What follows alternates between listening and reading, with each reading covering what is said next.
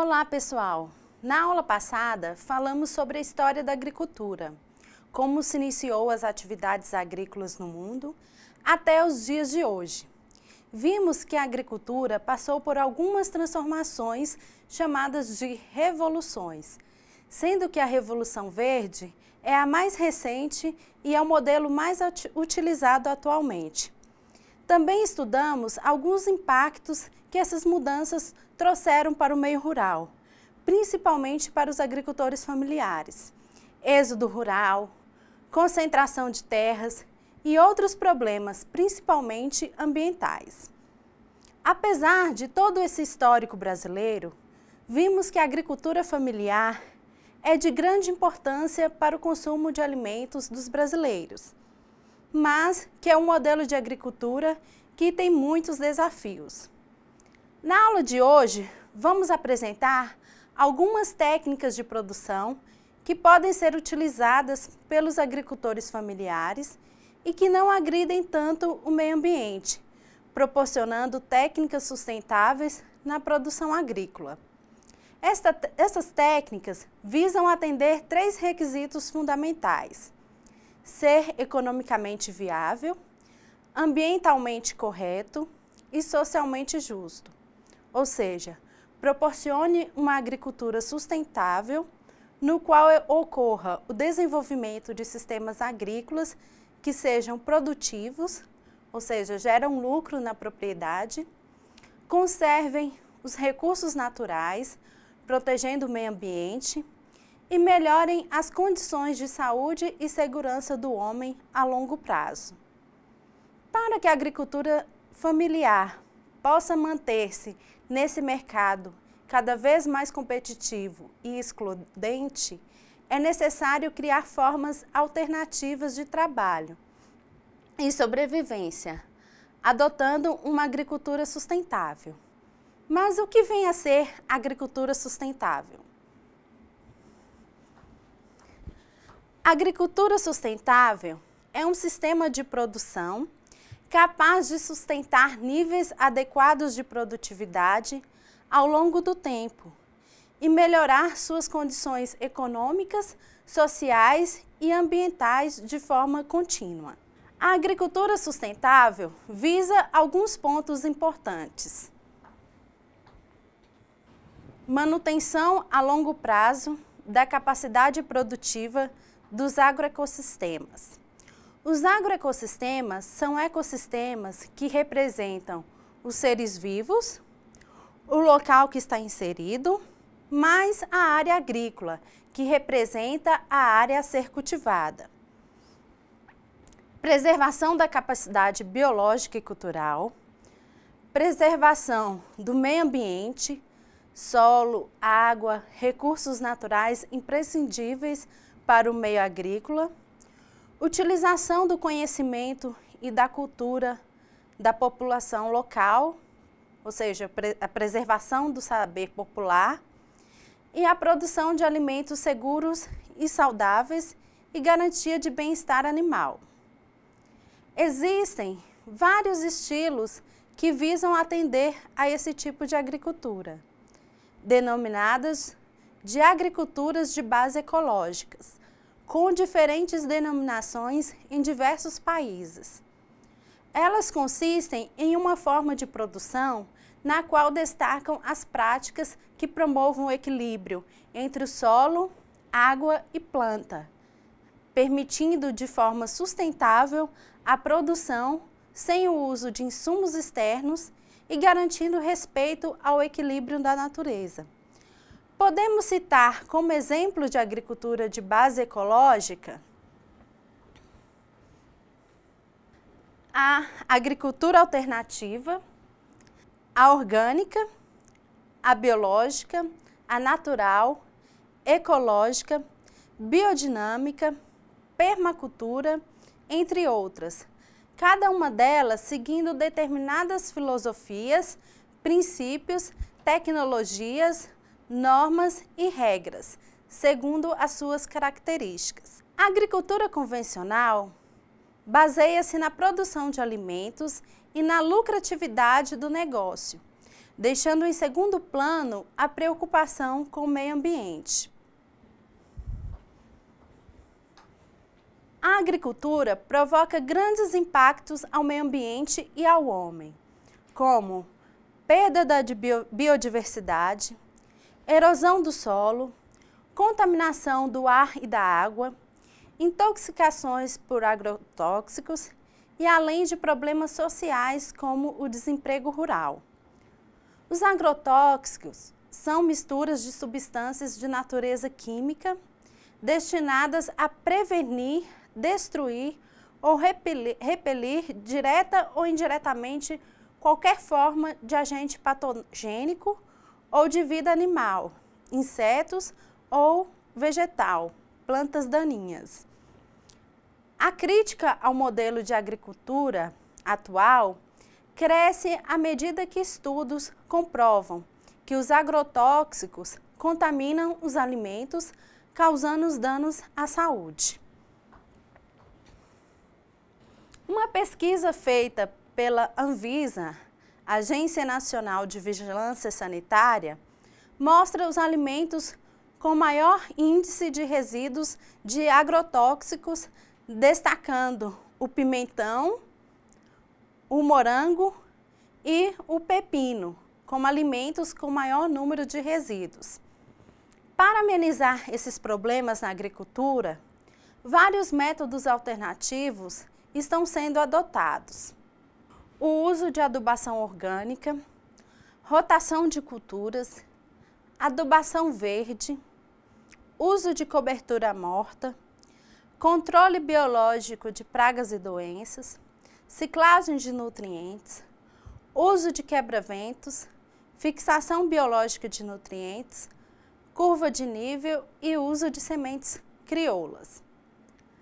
As plantas são seres autótrofos, ou seja, são capazes de produzir seu próprio alimento, sem depender de um outro ser vivo para isso. Para se desenvolverem, retirem nutrientes do ar, da água e do solo. No ciclo natural, quando as plantas morrem, elas se decompõem e devolvem os nutrientes à terra, possibilitando que outras plantas os usem para crescer. No entanto, o ser humano interfere nesse ciclo, colhendo as plantações e, com o passar do tempo, os nutrientes vão se esgotando. Assim, o solo deixa de oferecer tudo de que as plantas precisam. Um método alternativo que ajuda na ciclagem de nutrientes é a adubação orgânica. A adubação orgânica é a incorporação de resíduos animais e vegetais produzidos na propriedade, que tem a função de oferecer nutrientes às culturas e melhorar as características químicas, físicas e biológicas. Pode ser feita através da técnica de compostagem, biofertilizantes, cinzas, osso queimado, esterco de animais, adubo verde, biofertilizantes e utilização de minhocas para a produção de humus. A reciclagem dos resíduos vegetais, como palhas, folhas, raízes, galhos ou resíduos animais como estercos, casca de ovos, penas, é uma maneira eficiente de diminuir seu volume e devolvê-lo ao ambiente de forma sustentável, além de baratear os custos e incrementar ainda mais a atividade agroecológica.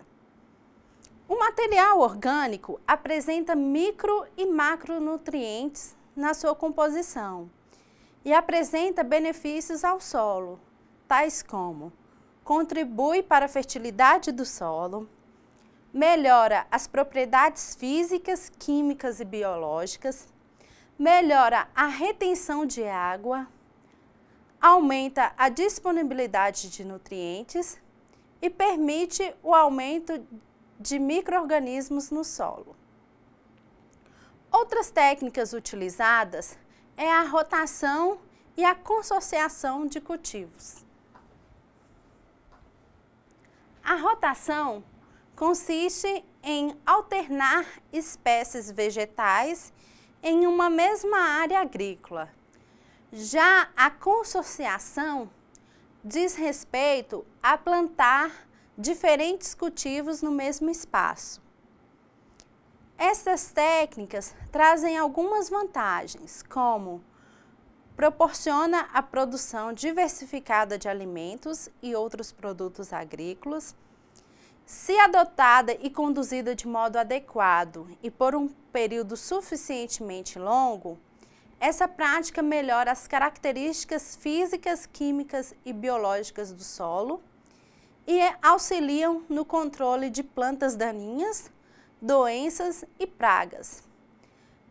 Repõe matéria orgânica e protege o solo da ação dos agentes climáticos.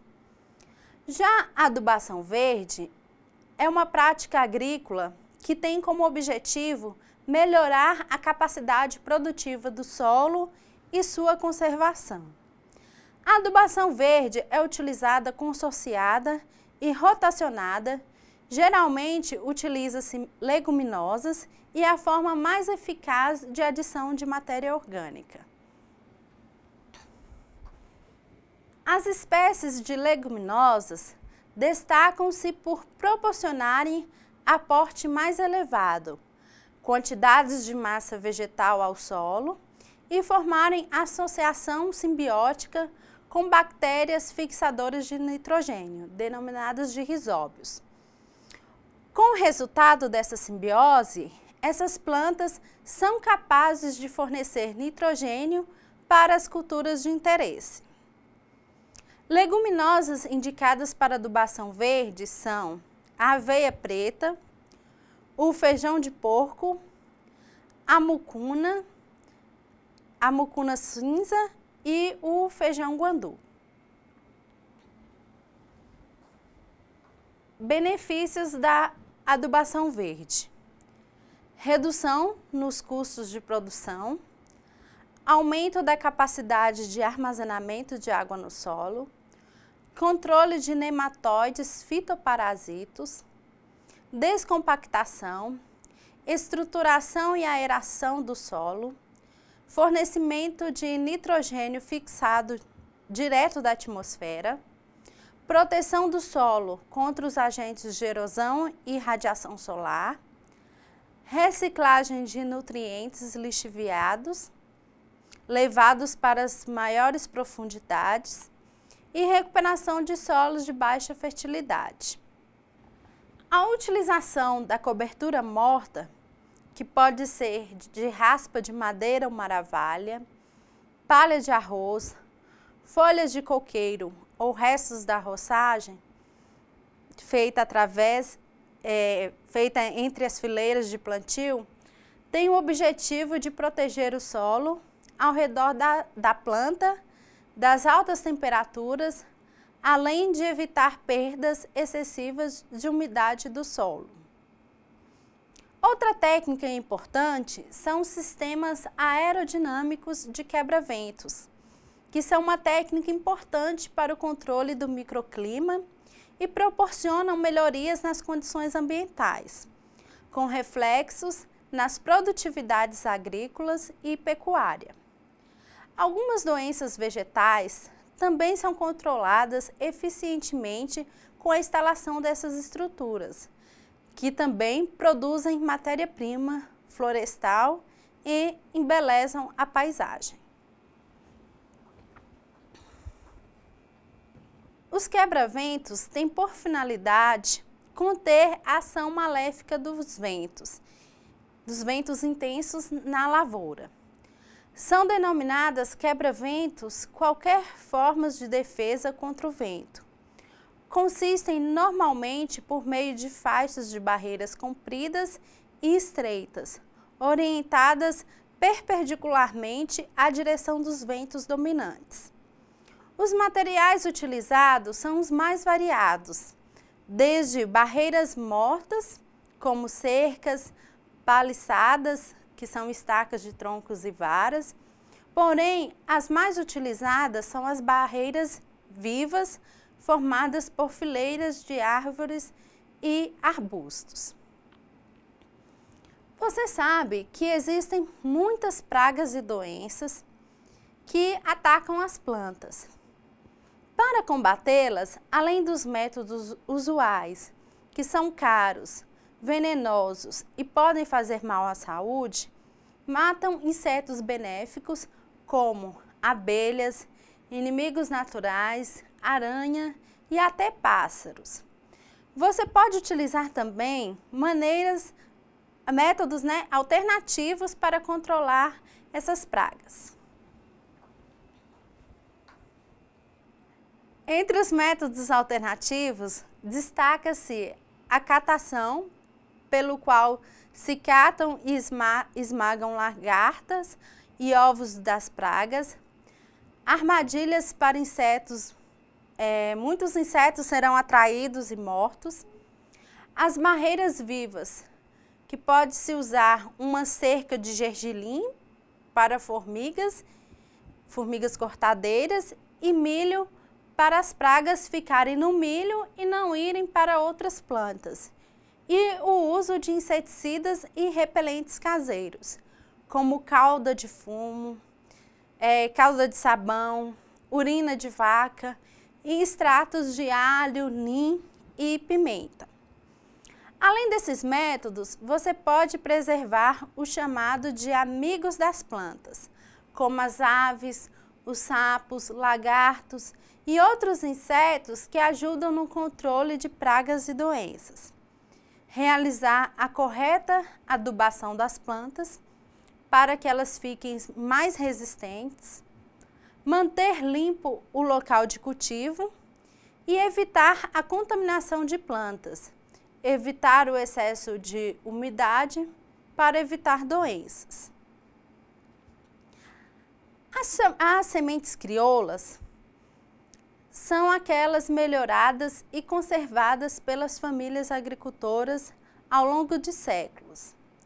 Adaptadas às suas condições de solo e clima, às suas práticas de manejo e preferências culturais, historicamente, as comunidades agrícolas têm sido responsáveis pela conservação de uma riquíssima diversidade de espécies e variedades, adaptadas aos diferentes usos e necessidades. Essa diversidade faz parte da estratégia produtiva desses agricultores. Eles fornecem alternativas de alimentos, forragem, fibras e remédios ao longo do ano, entre outras vantagens, enriquecendo a dieta e diversificando as possibilidades de obtenção de renda. Estas sementes guardam em si a riqueza natural das nossas terras e, por isto, devem ser preservadas e disseminadas. Essa riqueza também está relacionada aos diferentes usos: alimentação, forragem, comércio, preparação de comidas típicas, entre outras, e características de interesse: duração de ciclo, resistência à seca ou à umidade excessiva. Assim como a diversidade de espécies, a diversidade genética dentro de uma mesma espécie é de enorme importância para diminuir a vulnerabilidade dos agricultores. Se numa lavoura existirem diversas variedades de feijão, por exemplo, dificilmente uma doença, praga ou um extremo climático destruirá todas. Apesar dessa enorme importância, ao longo das últimas décadas, a legislação e as políticas públicas caminharam no sentido de colocar essa riqueza em risco. Até bem pouco tempo, as sementes crioulas sequer eram reconhecidas pela legislação brasileira. Eram consideradas grãos e não sementes e ficavam excluídas de todas as políticas. Com a aprovação da nova Lei de Sementes em 2003, As sementes crioulas, elas passaram a ser oficialmente reconhecidas e ficou vedada sua exclusão de programas de financiamento ou de programas públicos de distribuição ou troca de sementes destinados a agricultores familiares.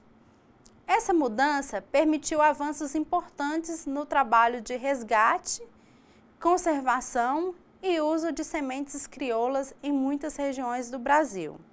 Mas algumas dificuldades ainda permanecem. E por último, vamos falar sobre a técnica de se plantar em níveis.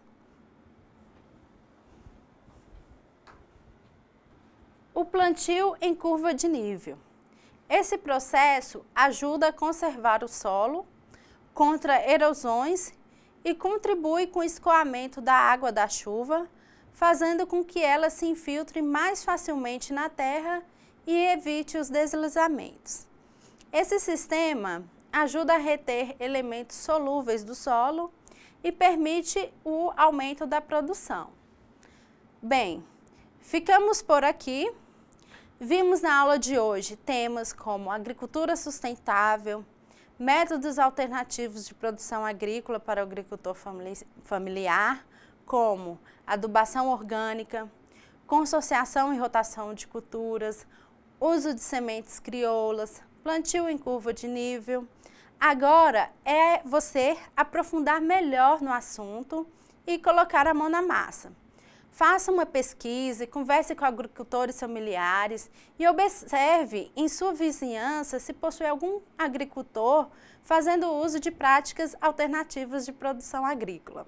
Aprofundem mais no tema e bons estudos para vocês!